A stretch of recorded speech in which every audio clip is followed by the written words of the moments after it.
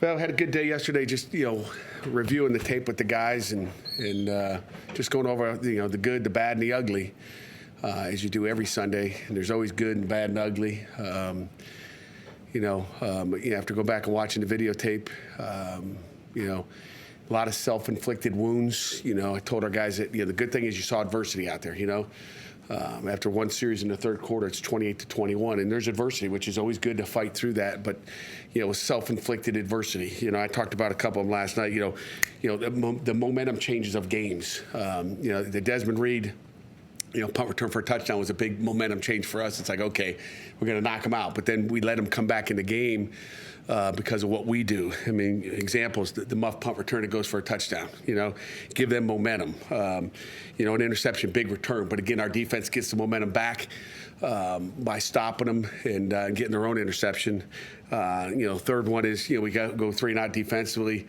We jump over a shield of some sort, which, the guy kind of chopped us, so it's a little bit of an odd play. And you can't chop on, you can't block below the waist either on special teams. But either way, it's a momentum changer. All of a sudden, defense is back out there. Sudden change again. So things like that we did to ourselves. Opening kickoff. I think when you look at just winning the field position, they started off having the ball at their worst field position was the -25. Our worst was the -5 and the -10. So we had 95 and 90 yards to go. So just explaining all that stuff to our guys last night.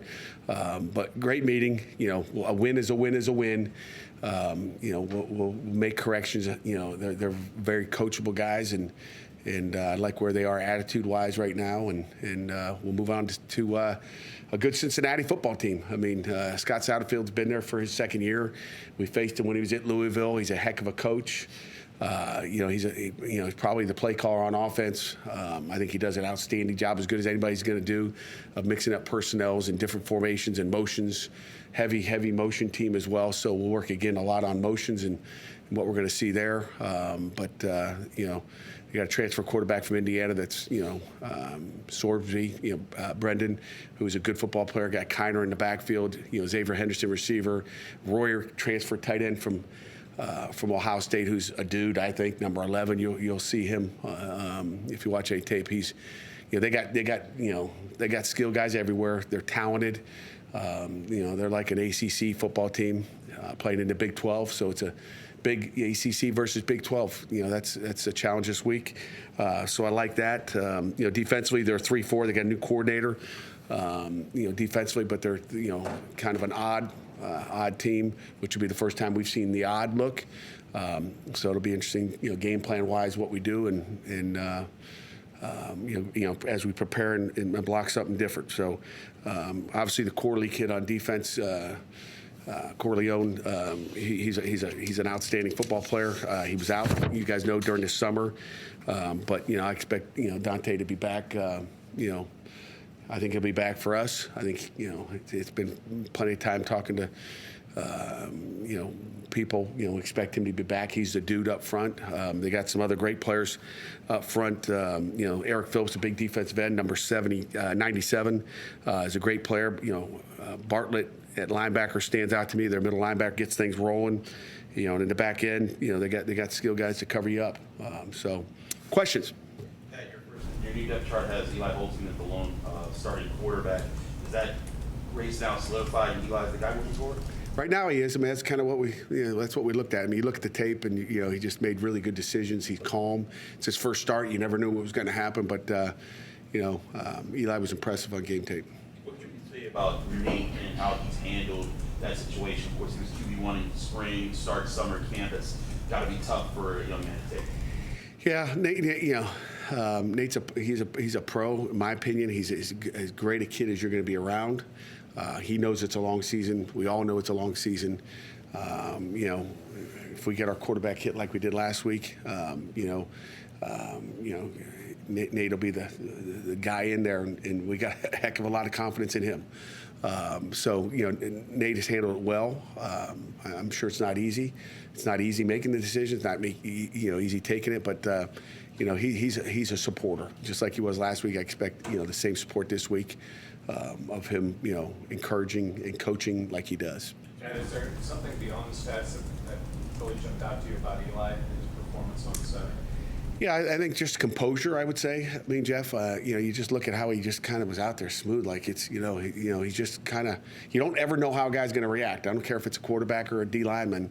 How are they going to react when the lights turn on? But he did, we like what we saw as far as just his composure on game day, how he carried himself, how he led the offense, how, there wasn't a bunch of, false starts and, mechanical issues as far as, just the operation. And it was a clean start. That's tough to do for a redshirt freshman. Sorry.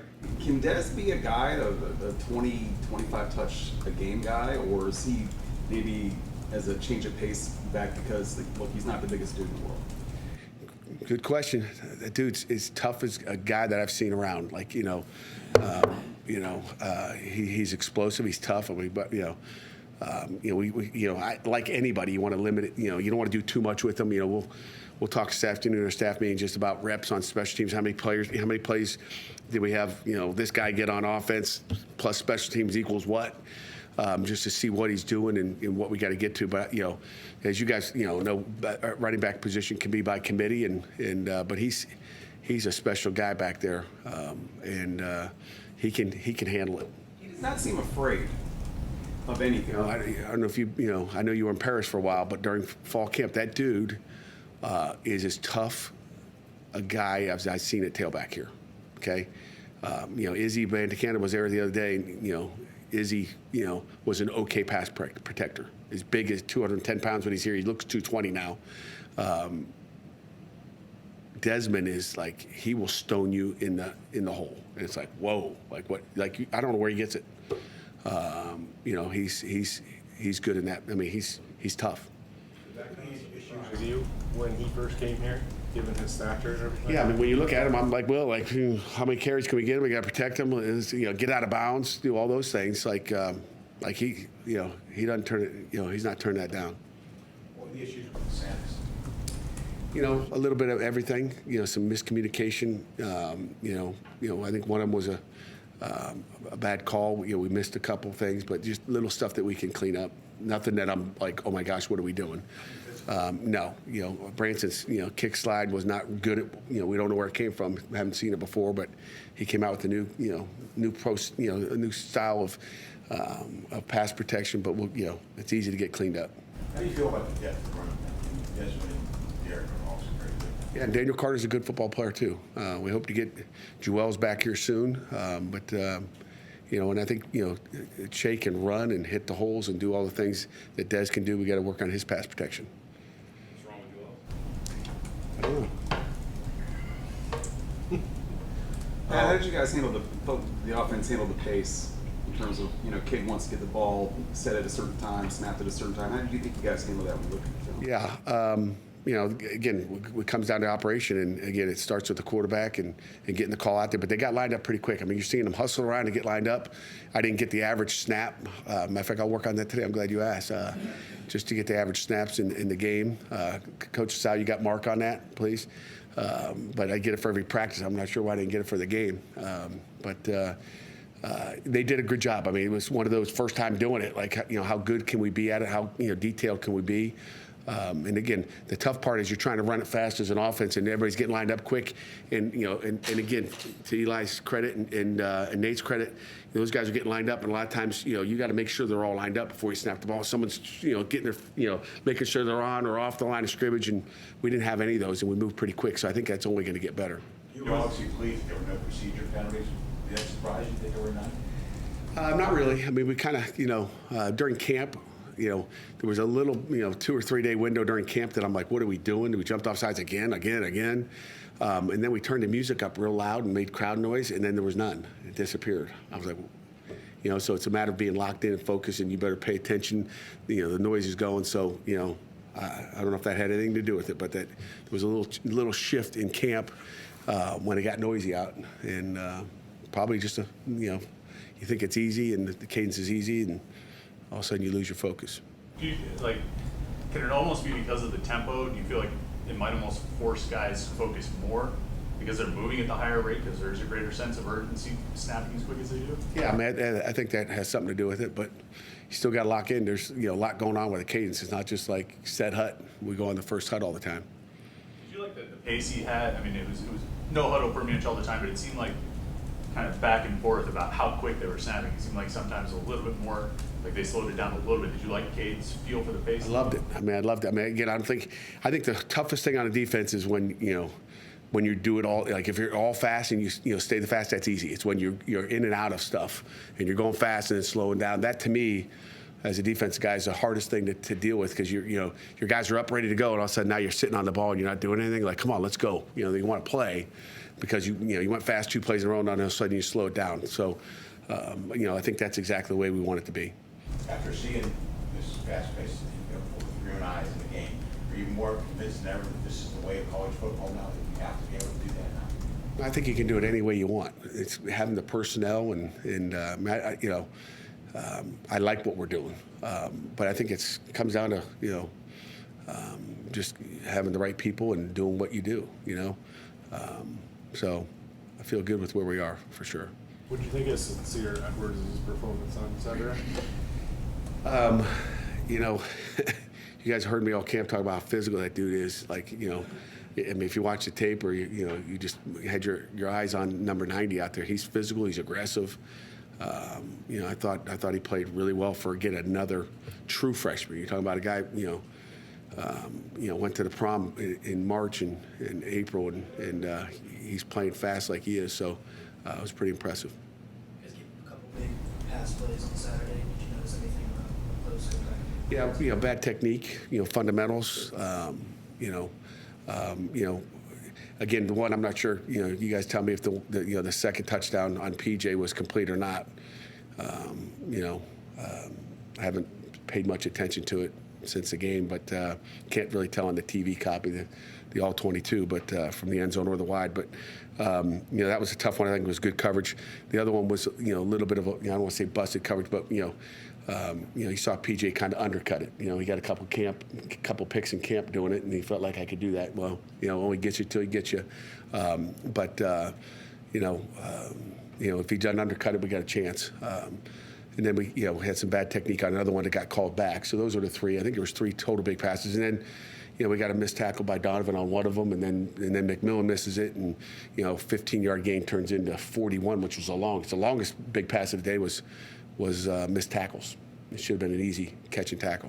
Pat, when you're going from a team that's where Kent State is at, they're trying to rebuild their program, to Cincy, which is a little bit bigger time. When you're reviewing film on Sunday, do you let them feel good about 55 points, 500 yards, or do you maybe more emphasize, hey, look, we got to clean this stuff up because the next week this is not going to fly? Self-inflicted wounds. Cincinnati's a really, really good football team. If you guys recall, they were in the playoffs a couple years ago, so they've got talent. They do a great job recruiting. They're in a hotbed of football in Southwest Ohio. So they got talent. They got talent all over that roster, and they've obviously dipped into the portal. A lot of their defensive guys are from the portal as well. So they're talented, and going from there to Cincinnati is a difference. But going back to the end of that question is we're going to be on our guys' tails this week as far as just the details. And if you go do what you did on Saturday and you go down to Cincinnati for a noon start there, you might not be so happy walking in the door after that game. What did you evaluate the receiver core after the first game? Receiver core did a good job. I mean, I think we had a couple drops, but Kenny Johnson had 2 spectacular catches. Poppy Williams, as I've told you during camp, did a nice job. Looking at the top 3 there, and then Kanate Mumfield was really good as well. And Gavin, he got his 5 or 6 catches. I thought he did a nice job. So overall, when you get opportunities, you got to make plays, and I think, anybody that had an opportunity to catch a ball, did a pretty good job at it. Is that what you see, getting that ball spread around, keeping the defenses a little bit off balance? Yeah, I mean, that's what you want, Again, if they're double covering somebody or, doing something where we can't get the ball to that guy, the coverage always dictates. So, I know everybody likes to get Gavin the ball, and we got 2 this weekend. Will be a battle between 2 great tight ends as well in this game. But with the Royer kid and obviously Gavin, but you want to spread it around. But again, it's not like Eli or Nate drop back to pass and throw to a guy they want to throw to because he's good. It's all based on coverage, and we're going to see a lot of drop 8 coverage this weekend too. After you evaluated with the film, how did you evaluate your defensive line, just the push they got up front, run in pass? I felt bad for that quarterback after the game. He took a beating. It was, our guys played hard up front. There was attack up front. There was penetration. They defensively, I liked the relentless play that we had. Could have been cleaner tacklers. That third quarter first series was the most annoying thing I've seen, and I'll take that responsibility and I'll make sure it doesn't happen this week in practice because we're going to have a third quarter ACC period this week. So, whether they didn't come out, whatever, it wasn't acceptable. That's another momentum change thing that we didn't get done. So, I was happy with the push we got up front, and we did a nice job. The technology work on. Mr. Technology. I figured Jerry would ask the technology. The iPads are spectacular on the sideline. It's great to be able to see what the heck's going on. And the green dots were good. No problems there, no issues. What did you think about how Ryland and Rashad played at quarterback this past weekend? They played solid. There's some things they got to clean up for sure. And I know Coach Collins is focused and locked in to try to get them better. Again, first, I would say for Ryland for his first maybe real start. I don't think he started at all last year, so it's his first start. I think he did a good job. Rashad Battle, he may never had a start before as well. So him, Taman, and those 3 guys, I think are going to get better and better every game with just the reps and the experience of going out there and seeing it live. It's different. Pat, do you have a policy? You guys have a policy from a punt return if the ball bounces, whether the guy should pick it up or not if it doesn't come right to him? Well, Des let one bounce and got it. To me, is it hot or not, right? If the thing's like, is it going? But I don't think Kanate really wanted to pick that thing up, but it was like, it's coming right to me. I'm going to take it, and I think he wanted to go make a play. Players want to go make plays, so I think that was one of those. And he apologized right after. It's like, and that's what you love about Kanate and a lot of our players on our team is. He's like, my bad. I'm a knucklehead. So, but it was one of those favorable bounces where he could have done something with it as long as you tuck it away and clean it up. So, but we got to be smart around those balls and be careful. Anything additional? Happy Labor Day. Thanks for being here.